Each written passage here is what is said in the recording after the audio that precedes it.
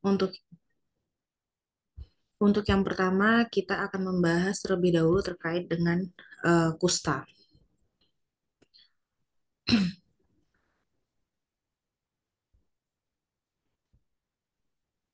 Oke, apakah sudah terlihat Bapak Ibu materinya?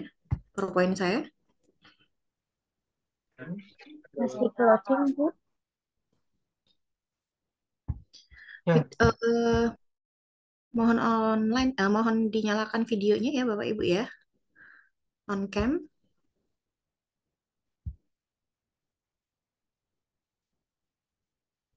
Oke, baik.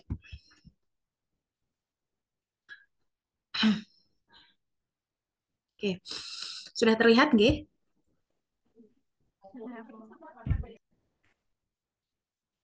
Sudah terlihat PPT-nya Bapak Ibu?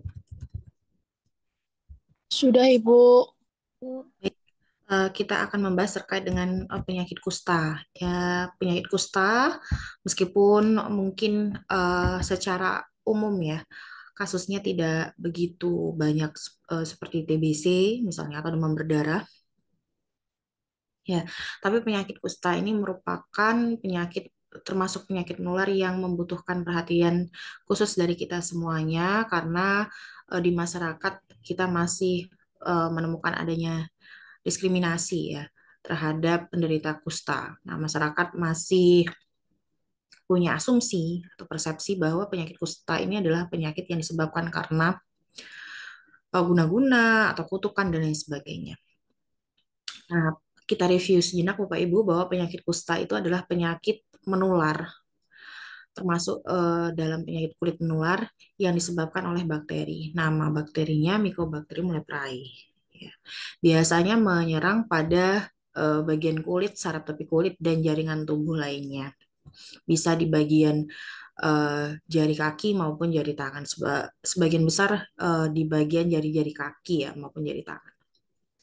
Nah, karena tadi sebagian besar masyarakat kita masih memiliki asumsi bahwa kusta merupakan penyakit yang disebabkan karena kutukan ya atau guna-guna atau mungkin karena keturunan dan lain sebagainya ya. Jadi harapan kita semuanya bahwa masyarakat punya informasi yang jelas seperti itu terkait dengan apa itu penyebab penyakit kusta. Bahwa kusta itu merupakan penyakit penularan yang penularannya terjadi karena penderita kusta itu tidak diobati dengan segera. Nah, kemudian penularan bisa dari satu orang ke orang lain ya, yang kontak secara langsung. Biasanya yang paling sering tertular adalah orang yang tinggal serumah atau tetangga dekat ya, bisa melalui pernapasan ya atau sentuhan langsung ya dengan luka atau bagian tubuh yang terkena bakteri kusta tadi. Nah, eh, untuk penyakit kusta ini sendiri, penyakit yang bisa disembuhkan. Ya. Penularannya juga sangat cepat. Ya, tapi ada beberapa catatan. Yang pertama, tidak semua orang serta merta tertular kusta begitu kontak dengan penderita. Ya, secara statistik hanya 5% yang tertular. Kalau misalnya ada 10 orang yang terkena ya, misalnya ya, kalau 5% dari 10 ya, itu tetap dalam kondisi tertular, sedangkan 95%-nya itu bisa saja dalam kondisi tetap sehat. Ya. Artinya memang kemungkinan kecil untuk mengalami resiko yang cukup berat ya sampai pada tahap kematian itu sebenarnya resikonya kecil ya. Hanya saja tadi kalau terlambat dalam pengobatan atau penanganan biasanya muncul tadi yang namanya nanti kecacatan seperti itu ya pada bagian-bagian tubuh tertentu. Nah, untuk penularan dari penderita kusta yang tidak dapat diobati atau terlambat dalam penanganan, nah inilah yang bisa menularkan. Bakterinya semakin berkembang, biasanya orang-orang yang berada atau tinggal dalam satu rumah juga tertular oleh penyakit kusta ini sendiri. Beberapa faktor penyebab di Indonesia masih menghadapi beban penyakit tropis ya, karena kusta ini termasuk dalam penyakit menular untuk negara-negara atau wilayah tropis ya. Di Sukoharjo tahun 2024 ya, saya pernah ke Dinas Kesehatan ya, Dinas Kesehatan Kabupaten Sukoharjo. Di sana ada yang namanya LSM dari Sehati ya. Sepertinya ini LSM yang juga berkontribusi dalam upaya pencegahan dan penanganan untuk penyakit kusta yang bekerja sama dengan Dinas Kesehatan Kabupaten Sukoharjo ya. Pada tahun 2024 kurang lebih ada sekitar 30-an ya kasus kusta di Kabupaten Sukoharjo. Nah, artinya apa? Ternyata masih ditemukan ya, meskipun ini sering sekali termasuk penyakit menular yang terabaikan. Karena apa? Karena tadi kasusnya sedikit, kemudian resiko hingga sampai dalam tahapan meninggal dunia juga sebenarnya kecil ya, sehingga sering diabaikan. Nah, tapi kalau pengabaian itu terus-terus saja ya bisa saja gitu ya, karena masuk dalam penyakit menular, bisa menular dari satu orang ke orang lain, kita temukan kasusnya nanti semakin bertambah. Nah, faktor yang menyebabkan penyakit kusta ini masih ditemukan yang pertama adalah kondisi perekonomian yang lemah. Ya, biasanya tadi karena ada tertular bakteri ya, dari Mycobacterium leprae ya, kemudian juga tingkat hunian ya, eh, personal hygiene yang tidak diterapkan ya, ini bisa memperbesar resiko terjadinya penyakit kusta itu sendiri. Kemudian kalau sudah terlambat penanganan, muncul yang namanya tadi mungkin bagian jari kaki atau jari tangan seperti seolah-olah terputus gitu ya Bapak Ibu, sehingga muncul yang namanya gangguan aktivitas atau penurunan produktivitas. Yang ketiga adalah berkembang di wilayah dengan keterbatasan akses ke perawatan, kesehatan, air bersih, sanitasi, perumahan, pendidikan, dan informasi. Kalau untuk di wilayah Sukoharjo sepertinya ini tidak ya, tidak dalam permasalahan ini karena untuk akses ke Fasiankes ya, ke perawatan kesehatan sangat mudah dijangkau.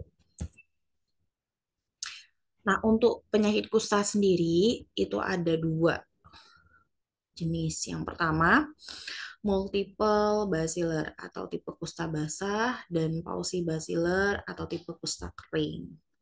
Nah, reservoir untuk penyakit kusta sendiri sejauh ini adalah indikasinya hanya manusia ya, di mana membutuhkan terapi yang lama dan menyebabkan deformitas fisik atau tingkat kecacatannya itu 0 sampai 2. Oke. Kalau kita lihat dari penyebab penyakit ya, agen host dan lingkungannya, agennya itu disebabkan oleh bakteri, Mycobacterium leprae. Kemudian masa inkubasinya cukup lama, ya kurang lebih atau bisa lebih dari 5 tahun. Untuk bakteri itu sendiri sangat senang ya atau sangat suka berkembang biak di daerah lembab ya, kurang sinar matahari dan ventilasi kurang. Kemudian reservoirnya tadi adalah manusia, yang diserang adalah saraf tepi kulit ya. Nah, kemudian untuk lingkungan, ada lingkungan fisik dan sosial. Ya, lingkungan fisik, bakterinya itu berkembang biak pada daerah yang lembab, kurang sinar matahari dan ventilasi yang kurang. Artinya ini juga berkaitan sama seperti TBC ya. Bagaimana kita menerapkan rumah sehat itu sendiri. Kemudian isolasi sosial, penurunan aktivitas dan produktivitas. Nah, ini nanti berkaitan dengan diskriminasi masyarakat terhadap orang yang menderita kusta itu sendiri ya. Kemudian penurunan tingkat ekonomi dan beban masalah ekonomi meningkat karena tadi ya terjadi penurunan produktivitas. Oke. Kalau untuk distribusi penderita kusta secara geografi, ya, tahun 2022 untuk Indonesia sendiri, untuk kasus kusta itu penyumbang nomor 3 terbesar di dunia ya setelah India dan Brasil. Ya, tahun 2022 ya proporsi kasus anak masih ditemukan kurang dari 10% ya. Kemudian kasus baru tanpa cacat ini cukup banyak ya. Ini mungkin baru ditemukan bakteri kusta masuk ke dalam tubuh ya. Belum terjadi kecacatan. Itu sekitar 83%. Dan persentase penderita yang menyelesaikan pengobatan tepat waktu ya bisa di angka 87%. Mohon hostnya dibantu untuk menonaktifkan teman-temannya ya yang suaranya bocor. Oke, untuk pengobatan tepat waktu ya itu sudah ditemukan 87%. Artinya masih ada 13% kasus yang tidak melakukan pengobatan sesuai dengan waktu yang telah ditentukan. Kemudian untuk regulasi dalam penanggulangan kusta itu sendiri sudah diatur ya dari Kementerian Kesehatan melalui Pedoman Nasional Pelayanan terkait dengan masalah kusta itu sendiri.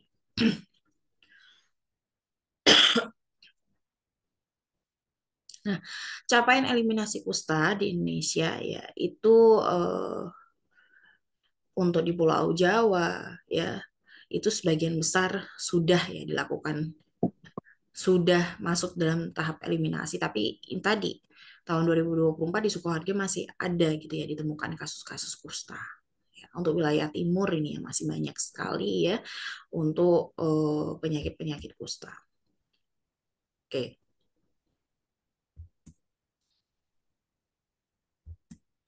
Nah, distribusi penderita kusta menurut faktor host ya atau manusia itu sendiri ya. Jadi untuk bakteri kusta atau Mycobacterium leprae ini bisa menyerang dari etnis atau suku apa saja. Kemudian dari sosial ekonomi lebih besar untuk kalangan ekonomi menengah ke bawah ya karena tadi berkaitan dengan implementasi rumah sehat ya personal hygiene seperti itu. Kemudian usia bisa ya terjadi pada kelompok usia anak, remaja ya maupun dewasa dan lansia. Nah, kalau untuk distribusi penderita kusta menurut jenis kelamin, baik laki-laki maupun perempuan, bisa terkena bakteri kusta ini sendiri. Nah, gambaran penyakit kusta di Provinsi Jawa Tengah ya. Tahun 2000 Indonesia pernah menyatakan kalau kita sudah mencapai eliminasi kusta ya karena tingkat prevalensi kurang dari 1 ya 0,9 per 10.000 penduduk ya sudah pernah diinformasikan tersebut. Kemudian tahun 2021 ya ini masih ditemukan 7.000 lebih ya kasus penderita kusta baru. Ya. Kemudian masih ada 6 provinsi yang belum mencapai eliminasi kusta yang ditargetkan pemerintah tahun 2024. Ada wilayah timur ya sebagian besar ya Papua, Papua Barat, ya, Maluku, Sulawesi dan Gorontalo. Ya, lebih dari 1 per 10.000 penduduk. Nah, kalau untuk Provinsi Jawa Tengah itu ada sekitar 1.490 pasien kusta ya tertinggi ketika setelah Jawa Timur dan Jawa Barat. Kalau nggak salah tahun 2024 juga ini. Nah, untuk gejala-gejala penyakit kusta itu sendiri apa saja? Biasanya untuk gejala awal ini karena ini masih dalam tahap masa inkubasi, yes, belum menunjukkan gejala secara jelas ya, ini penyakit kusta atau bukan. Ya. Biasanya memang untuk penderita tidak merasa terganggu, hanya terdapat pada kelainan kulit seperti bercak putih atau panu atau kemerahan ya. Kemudian kalau dicubit itu seperti tidak terasa ya, kemudian tidak gatal dan tidak sakit juga. Nah, kemudian kalau itu tidak dilakukan pengobatan ya karena tadi masyarakat masih minim informasi terkait dengan penyakit kusta ini. Gejala lanjutnya tidak mendapatkan pengobatan yang tepat untuk penyakit kusta itu sendiri bisa dalam tahap menyebabkan kecacatan ya, terutama pada bagian tangan dan kaki sebagian besar yang terkena ya. Kalau untuk mata ada kasusnya, tapi ini sangat sedikit ya. Kalau untuk mata biasanya eh, ada yang susah ditutup ya matanya itu ya. Kemudian bahkan sampai gangguan penglihatan. Kemudian pada bagian tangan dan kaki, mati rasa pada telapak tangan, kemudian jari-jari ya seperti seolah-olah terputus-putus ya atau menimbulkan kecacatan. Nah, tanda pada kulit yang pertama seperti bercak kemerahan, keputihan atau benjolan ya. Kemudian kulit menjadi mengkilat ya, kemudian bercak yang tidak gatal. Nah, tanda pada saraf biasanya rasa kesemutan, seperti tertusuk-tusuk ya, nyeri pada anggota badan atau muka, kemudian gangguan gerak anggota badan atau muka, adanya kecacatan pada bagian tubuh dan terdapat luka namun tidak sakit. Oke, penularan bisa melalui udara ya atau kontak langsung dengan penderita yang belum diobati. Nah, biasanya untuk pola penularan penyakit kusta ini sendiri menimbulkan kerusakan bagian saraf tepi kulit ya sejak penularan dengan disertai kelainan mati rasa. Nah, kemudian yang kedua, penebalan kulit dan pembentukan nodul yang menimbulkan cacat tubuh ya disertai dengan kerusakan pada sistem saraf akibat invasi ya perkembangbiakan dari Mycobacterium leprae ini sendiri. Jadi Bapak Ibu yang diserang itu sebenarnya hanya bagian saraf tepi kulit saja, bukan masuk ke dalam ya. Ya. Jadi itulah kenapa sebenarnya penyakit kusta itu sangat-sangat mungkin untuk bisa disembuhkan. Nah, ketiga, kusta antara ini di bagian kulit itu sendiri ya. Kemudian yang keempat, kusta tak tentu biasanya menyerang anak-anak. Nah, ini adalah contoh gambar untuk penyakit kusta itu sendiri yang sangat terlambat ya dalam pengobatan atau penanganan kusta. Nah, seolah-olah ya, ini terjadi jari-jari tangan maupun kakinya terputus ya akibat bakteri Mycobacterium leprae itu sendiri. Seperti itu. Nah, kondisi-kondisi ini sebenarnya masyarakat itu masih minim sekali informasi dan edukasi ya, sehingga sebagian besar di antara mereka masih dikucilkan ya. Mereka malu untuk bisa bersosialisasi ya ke masyarakat, ya malu untuk dikunjungi ya kecuali misalnya dari petugas kesehatan langsung seperti itu. Nah, tapi kalau dikunjungi oleh tetangga atau saudara muncul rasa malu ya karena tadi masih ada diskriminasi kalau ini adalah penyakit yang disebabkan karena kutukan, guna-guna dan lain sebagainya. Oke, target penanggulangan penyakit kusta ini untuk mencapai eliminasi di tingkat provinsi tahun 2019 dan tingkat kabupaten 2024. Indikatornya adalah masih ditemukan atau pencapaian target eliminasi kurang dari 1/10.000 penduduk ya. Tahun 2024 sepertinya kabupaten Cianjur belum ya untuk eliminasi kusta ini belum tercapai. Nah, bagaimana penanggulangannya? Yang pertama adalah penguatan advokasi dan koordinasi lintas program dan lintas sektor. Ya, artinya apa? Sebenarnya kita bisa memberikan informasi, edukasi dan pemahaman bagi masyarakat secara umum juga gitu ya. Baik penderita kusta itu sendiri maupun masyarakat bahwa penyakit kusta ini adalah penyakit menular yang disebabkan oleh bakteri dikarenakan faktor-faktor apa saja gitu ya. Bukan karena penyakit kutukan, guna-guna, sihir, ilmu hitam dan lain sebagainya.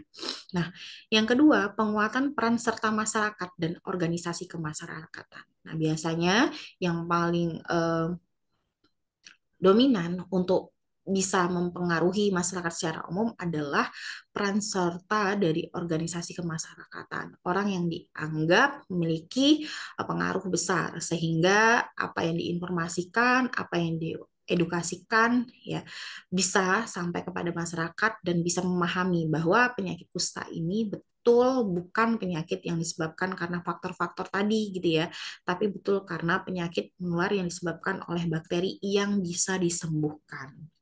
Nah, yang ketiga adalah penyediaan sumber daya yang mencukupi dalam penguatan penanganan kusta itu sendiri. Nah, sumber daya yang seperti apa gitu ya, siapa petugasnya atau pelaksananya, kemudian bagaimana program yang akan kita eh, terapkan, kemudian siapa nanti eh, yang bisa dari organisasi ke masyarakat yang terlibat, kemudian bagaimana anggarannya gitu ya. Nah, ini juga perlu difikirkan juga dan ini sudah diatur juga di penanggulangan kusta itu sendiri. Nah, keempat adalah penguatan sistem surveillance serta pemantauan dan evaluasi kegiatan penanggulangan kusta. Bapak Ibu, kita ingat lagi bahwa surveillance itu adalah mulai dari kegiatan pengumpulan data, pengolahan data, analisis data, ya, interpretasi data, diseminasi sampai nanti upaya penanggulangan ya masalah kesehatan secara terus-menerus. Nah, artinya apa? Tujuannya tadi bahwa eliminasi kusta ini harapannya kita bisa tercapai gitu ya. Di tahun 2024 untuk eliminasi kusta seharusnya ditemukan atau kurang dari 1 per 10.000 penduduk. Nyatanya tahun 2024 masih ada kurang lebih ya sekitar 30 kasus di Kabupaten Sukoharjo itu sendiri. Nah, tantangan dan penanggulangan kusta itu sendiri yang pertama tadi stigma dan diskriminasi masyarakat terhadap keluarga dan penderita kusta itu sendiri. Jadi jangankan untuk ingin sehat gitu ya, untuk berbagi cerita ya, bahkan untuk dikunjungi masyarakat tadi sungkan ya, enggan ya, udah nggak mau. Nah, tadi ada stigma dan diskriminasi, apalagi sudah sampai tahap ada bagian tubuh yang mengalami kecacatan. Ada rasa malu ya ketika dikunjungi oleh masyarakat atau keluarga. Nah, kegiatan penanggulangan penyakit kusta itu sendiri yang pertama adalah promosi kesehatan. Pertama kita berikan edukasi ya terlebih dahulu baik dari penderita kusta itu sendiri, keluarga dan masyarakat sekitar ya sehingga apa? Tidak mendiskriminasi, tidak menghakimi bahwa uh, kasus ini atau penderita kusta ini disebabkan oleh faktor dari ilmu hitam ya atau kutukan, sihir dan lain sebagainya. Nah, kemudian deteksi dini penyakit kusta. Nah, kita berikan edukasi bahwa gejala awal untuk penyakit kusta ini seperti apa. Tadi muncul seperti panu ya, tapi tidak gatal ya dan lain sebagainya. Sehingga bisa langsung mungkin kita arahkan ke fasiankes terdekat, misalnya ke klinik atau ke puskesmas terdekat untuk mendapatkan tindakan lebih lanjut. Kemudian penguatan surveillance. Kalau surveillance ini nanti lebih ke arah tugas kesehatan ya yang berada di puskesmas untuk mengumpulkan data, kemudian mengumpulkan faktor-faktor penyebab ya sampai nanti juga pemeriksaan lab untuk menguatkan data surveillance tersebut. Kemudian yang keempat adalah kemoprofilaksis. Ini berkaitan dengan pengobatan ya untuk penanganan segera ketika memang kasus tersebut sudah terkonfirmasi secara positif menderita penyakit kusta hasil dari pemeriksaan lab ya dan juga faktor dari hasil surveillance itu sendiri. Nah, terakhir adalah tata laksana penderita kusta. Ini berkaitan dengan diagnosis dini sampai pengobatan segera ya dan nanti sampai pemulihan hingga uh, pasien ya yang menderita kusta dinyatakan sembuh secara sempurna. Balik lagi bahwa kusta bukan disebabkan karena kutukan atau guna-guna atau karena permasalahan yang lain. Oke, Bapak Ibu, dari materi yang pertama silahkan jika ingin yang perlu didiskusikan atau ditanyakan.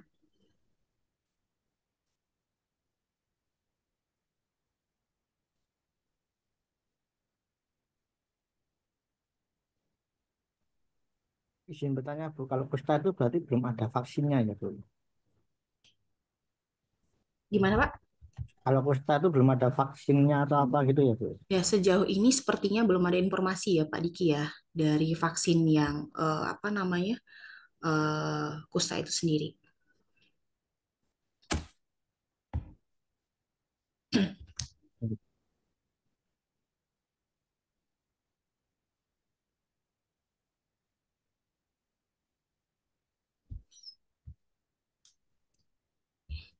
Oke, ada lagi pertanyaan?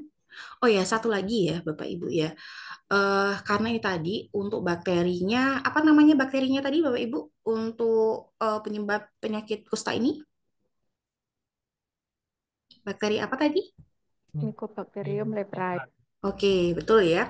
Nah, ini sumber awalnya gitu ya. Ini berasal dari, jelas bukan dari Indonesia ya. Ini dari hewan ya. Bisa juga indikasinya hasil riset juga menyatakan itu ada sebagian yang dari eh, kera atau monyet ya, simpanse seperti itu juga ada ya. Ini biasanya dulu dari luar ya, dari luar Indonesia seperti itu awalnya begitu.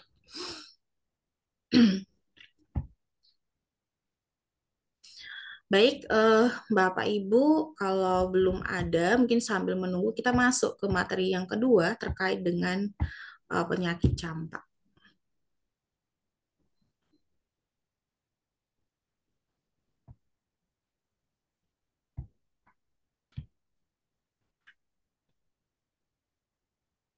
Baik, sudah terlihat, Bapak Ibu? Sudah, Bu. Oke, penanggulangan penyakit campak. Oke, penyakit campak sendiri memang kita sudah paham ya Bapak Ibu bahwa ini sudah masuk ke dalam eh, program pemerintah ya, dalam bahkan penanggulangannya itu masuk ke dalam vaksinasinya itu ya atau imunisasinya masuk ke dalam imunisasi dasar lengkap. Tapi masih kita temukan juga ya kasus-kasus campak. Oke,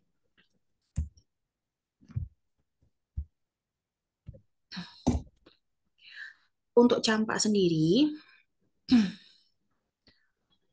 ya masih ditemukan ya pada eh, kelompok bayi ataupun balita ya. Bisa juga dicegah tadi dengan imunisasi atau vaksinasi. Nah, kalau untuk data terbaru kita belum update ya. Indonesia masih di peringkat berapa? Yang jelas untuk kasus-kasus campak masih ditemukan dan kasusnya cukup tinggi juga gitu ya. Meskipun imunisasi ini masih atau sudah masuk ke dalam imunisasi dasar lengkap. Oke. Kemudian kalau untuk tahun 2017 ya, tahun 2017 kasus campak secara nasional itu hampir ya di angka 400-an. Nah, oke, next dulu. Nah, masuk ke sini. Definisi campak ya. Campak itu sendiri masuk ke dalam golongan penyakit yang dapat dicegah dengan imunisasi. Makanya program penanggulangannya ini masuk ke dalam imunisasi dasar lengkap ya atau vaksinasinya. Termasuk penyakit infeksius juga ya disebabkan oleh virus ya bisa menyerang kelompok bayi, balita maupun dewasa ya. Gejala klinisnya ada 3 stadium ya. Kemudian ditandai biasanya dengan demam tinggi 39 derajat Celcius bahkan lebih, kemudian peradangan pada mata, timbul bercak merah pada kulit ya. Kemudian hampir penularannya seperti tuberkulosis ya, dapat menular dari satu orang ke orang lain melalui percikan droplet ya. Kemudian kelompok yang paling beresiko terkena campak ini adalah kelompok bayi dan anak-anak yang belum pernah mendapatkan imunisasi campak itu sendiri. Nah, secara global untuk penyakit campak masih bersifat endemis ya. Biasanya pencegahannya dapat dilakukan dengan imunisasi tadi. Nah, persoalannya tadi di kita sendiri ya di Indonesia masih ada kan kelompok masyarakat yang enggan sama sekali untuk imunisasi atau vaksin itu ada ya kelompok-kelompok masyarakat yang nggak mau sama sekali. Nah, kemudian oke, penyakit campak ini adalah salah satu penyakit menular atau infeksius yang merupakan penyebab kematian cukup tinggi ya pada anak Kemudian angka cakupan imunisasinya padahal sudah lebih dari 85%. Apalagi di Indonesia, saya rasa angka cakupan imunisasinya hampir 100% ya. Mungkin ada 1% kelompok-kelompok yang tadi yang nggak mau sama sekali diimunisasi. Oke.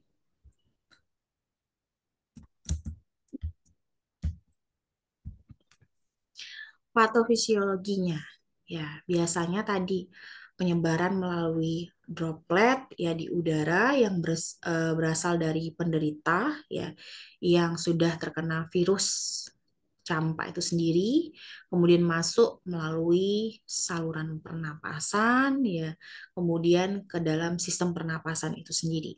Ya, setelah melekat ya, nanti masuk ke kelenjar limfe ya untuk perkembangan lebih lanjut. Jadi untuk masa inkubasinya cukup lama juga ya, sekitaran 14 harian seperti itu. Oke, masuk ke penyebab campak itu sendiri ya. Tadi karena virus ya berukuran sangat kecil 100 sampai 250 nano nanometer ya nih. Kemudian mengandung inti untai RNA tunggal ya. Ada beberapa struktur, kemudian dapat diinaktivasi oleh cairan yang melarutkan lipid ya. Biasanya juga itu tadi virusnya ini dapat dimatikan ya atau dilemahkan dengan vaksin tadi atau imunisasi campak itu sendiri. Nah, sejauh ini manusia yang diperkirakan satu-satunya reservoir ya, tidak ada reservoir pada hewan, biasanya penularannya dari satu orang ke orang lain ya. Kera atau monyet ini dapat terinfeksi tapi tidak berperan dalam proses penularan itu sendiri. Oke, aja. Ini tadi ya. Masa inkubasinya ya, kurang lebih tadi ada 14 harian ditandai dengan demam dengan suhu badan yang mencapai 38 derajat Celcius, biasanya lebih dari 3 hari. Bisa disertai batuk, pilek, mata merah, mata berair ya, bercak kemerahan ya.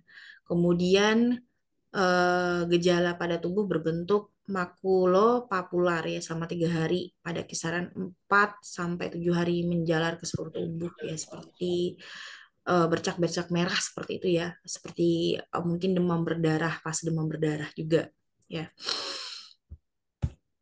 Kemudian gejala setiap orang itu berbeda-beda, balik lagi berbeda-beda.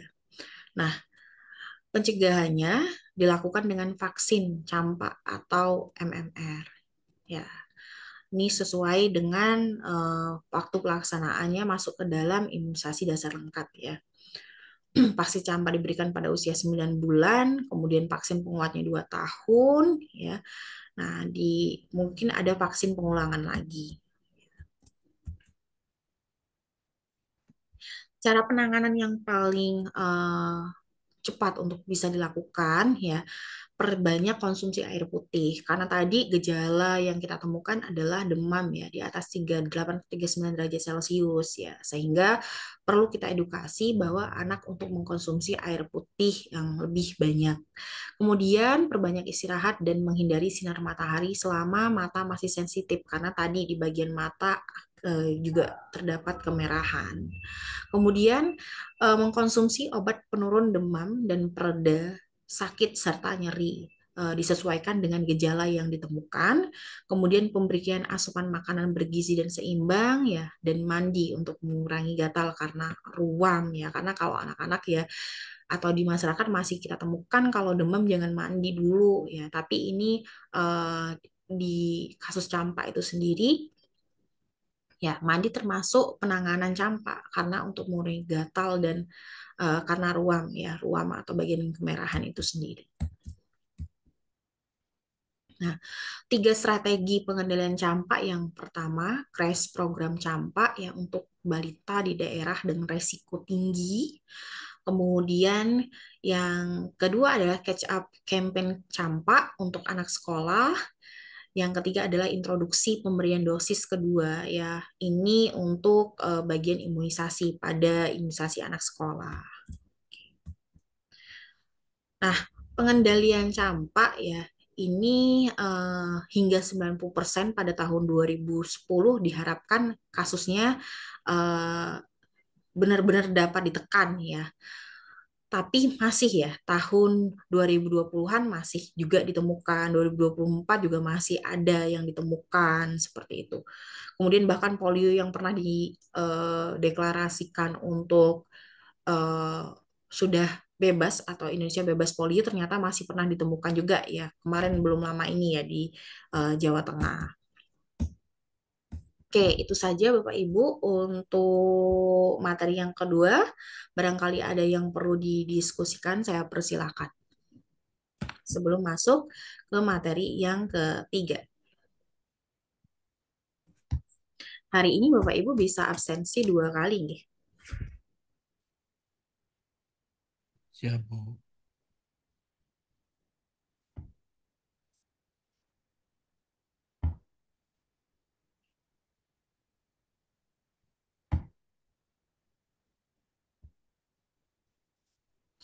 Ada Bapak Ibu?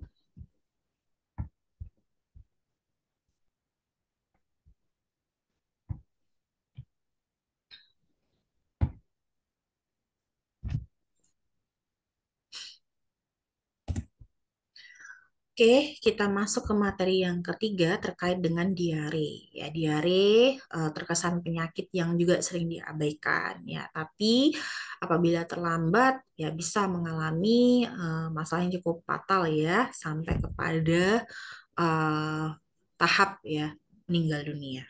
Nah, oke. Penyakit diare ini juga merupakan penyakit yang sering menyebabkan KLB. Biasanya ya, ini berkaitan dengan morbiditas ya, tingkat atau rata-rata angka kesakitan dan kematian di negara berkembang karena faktor penyebabnya adalah sanitasi lingkungan yang kurang baik ya, kemudian persediaan air bersih ya yang sulit ya, biasanya juga berkaitan dengan tingkat pendidikan yang masih rendah. Nah,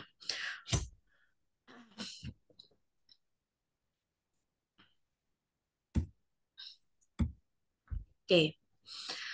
Menurut Kemenkes RI ya, pada tahun 2014, diare adalah penyakit dengan tanda-tanda adanya perubahan bentuk atau konsistensi pada tinja yang melembek atau mengair ya, dan bertambahnya frekuensi buang air besar lebih dari biasanya.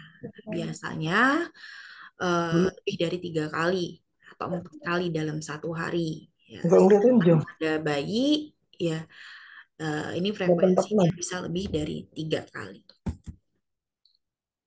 Reservoirnya bisa manusia, hewan, tumbuhan, tanah, dan zat organik ya.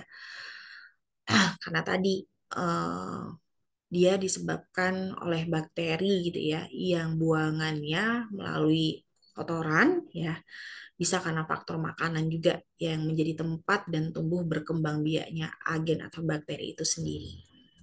Oke. Oke, hostnya bisa manusia ya.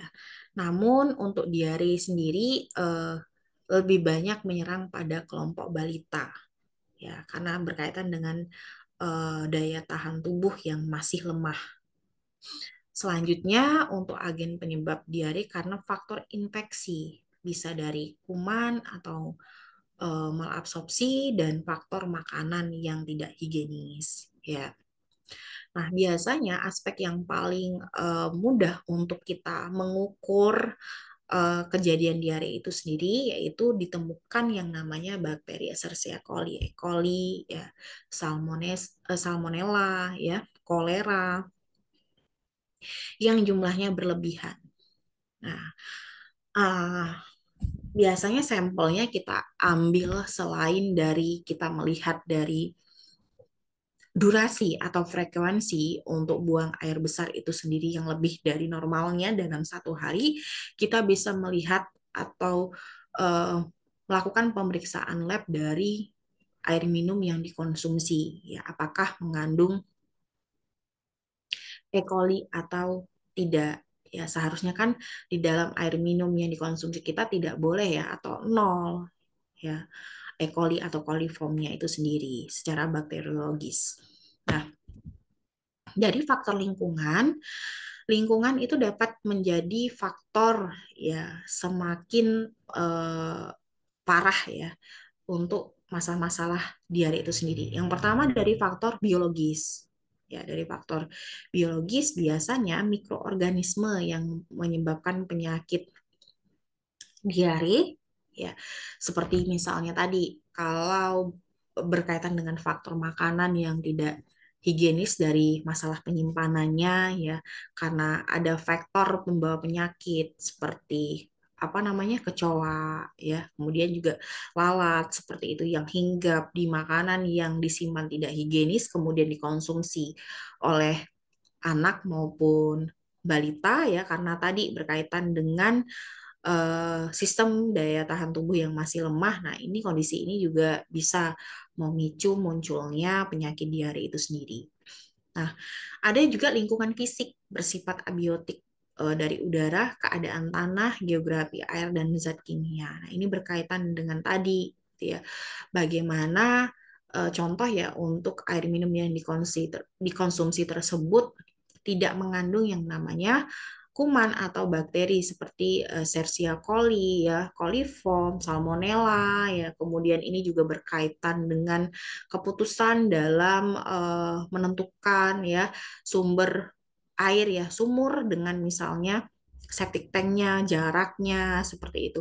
Kemudian apakah menggunakan air kemasan yang tidak diolah kembali atau direbus ya langsung dikonsumsi, ini betul-betul tidak ada mengandung bakteri atau kuman yang menyebabkan resiko terjadi diare itu tinggi. Nah, ini ada ya di faktor lingkungan itu sendiri. Nah, faktor secara umum penyebab diare ya, ada infeksi ya, khususnya di bagian pencernaan, kemudian faktor dari makanan ya, makanan yang tidak higienis ya, bagaimana penyimpanannya ya, kemudian malabsorpsi karbohidrat, lemak dan protein juga, kemudian rasa takut dan cemas ya, tingkat stres ya, kemudian permasalahan lingkungan. Nah, selanjutnya untuk mekanisme penularan bisa jadi ya kalau secara sederhananya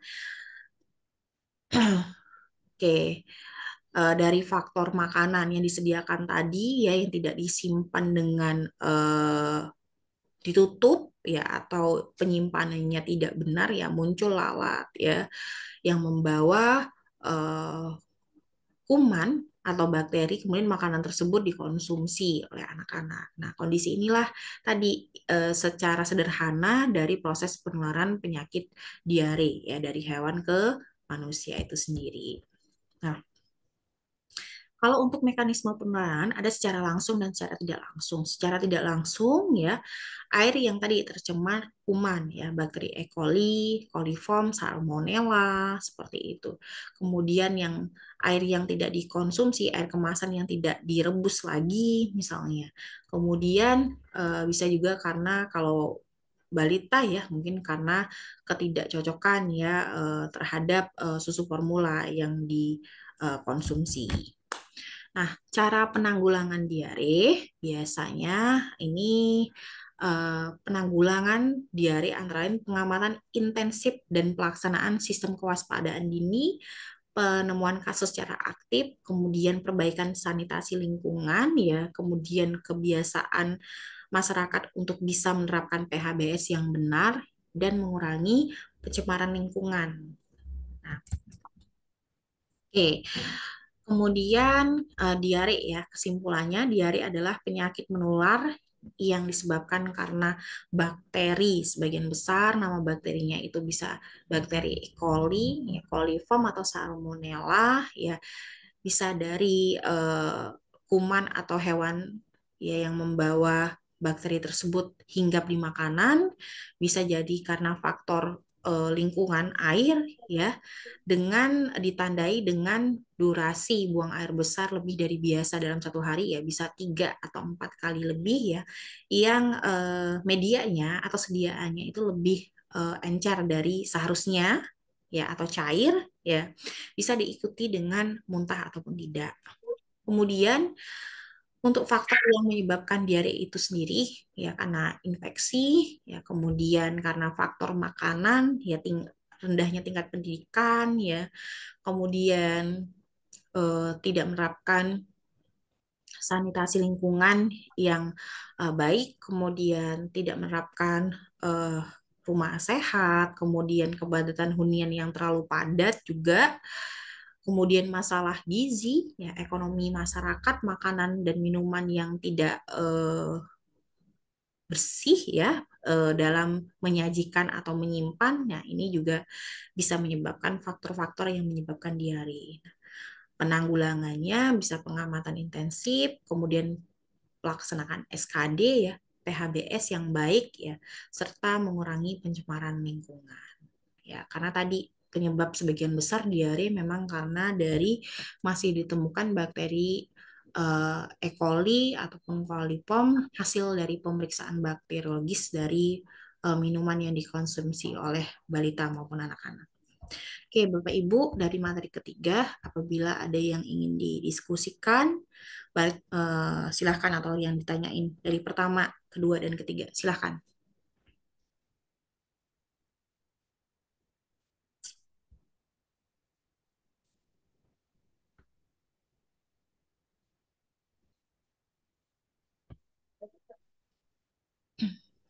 Monggo, Bapak Ibu.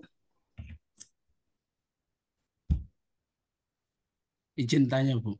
Nah, tadi kan di diare itu banyak yang banyak kan ke anak-anak ya. Betul, Pak. Tapi eh, apa yang mungkin menjadi faktor penyebab yang ini, karena banyak ditemui itu kan kalau kita di pekerjaan project itu biasanya banyak pekerja kita yang tiba-tiba diare gitu. Mungkin apakah dari faktor makanan atau apa ya, Bu, kira-kira? Ya, baik, terima kasih pertanyaannya, Pak Hairul. Ya, jadi banyak faktor ya, Pak. Bisa dari faktor makanan. Ya, kalau di proyek biasanya makanannya beli, Bu, gitu ya. Oke, kemudian mungkin Pak cuci tangannya Pak terkait dengan personal hygiene-nya, benar atau enggak, seperti itu. Kemudian dari air minum yang dikonsumsi, biasanya seperti itu. Nah, Bapak Ibu, eh mungkin ini sudah tahu juga ya. Coba cek dari hasil publikasi penelitian bahwa di air-air kemasan tersebut, mungkin yang bermerek yang kita konsumsi deh, gitu ya. eh, itu juga ada yang melakukan pemeriksaan terkait dengan bakteriologis, masih ditemukan loh yang namanya bakteri E. coli ya maupun coliform ya. Jadi misalnya dengan merek tertentu kita yakin nggak usah lah direbus lagi gitu ya, ini pasti nggak ada gitu ya. Tapi pernah dilakukan, bahkan hasil publikasi sudah banyak tuh yang mempublish bahwa masih ditemukan bakteri E. coli ataupun coliform di merek-merek air yang memang mungkin familiar bahkan kita konsumsi sehari-hari seperti itu. Nah, itu juga bisa sih Pak Hoirul. Kemudian juga tadi daya tahan tubuh ya Pak. Biasanya kan pekerja-pekerja proyek ya eh, capek ya Pak ya. Dengan daya tubuhnya lemah juga, bukan lemah ya, apa namanya? eh, Capek ya karena sudah kerja tadi, Batik. otomatis kalau bakteri masuk seperti itu ya rentan untuk mengalami diare. Gitu sih Pak Bejo, Oke, oke, faktornya oke. banyak. Terima kasih Bu. Ya, karena mungkin kan di pekerja proyek itu kan makanannya sama, satu catering yang sama. Tapi kok mungkin ya itu daya tubuh yang berbeda penerimaannya dari mungkin sambal yang ada yang nggak terlalu pedas, ada yang suka pedas, mungkin seperti itu kayaknya. Oke, Oh, makasih Bu. oke, baik Pak Hoirul. Ada lagi Bapak Ibu? Bu, izin bertanya, Bu. Gih, monggo Bu Junita. Kalau penyakit campak itu, semisal orang itu sudah terkena penyakit campak sekali, itu apakah masih berpotensi kembali terkena lagi, Bu? Terima kasih, Bu.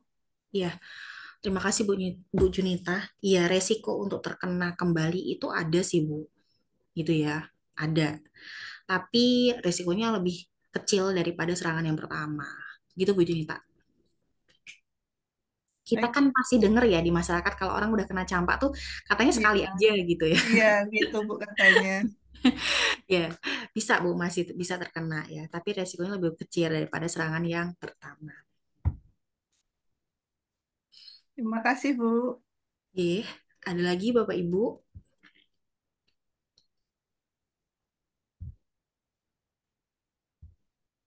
Setelah kuliah dengan saya, dengan siapa lagi?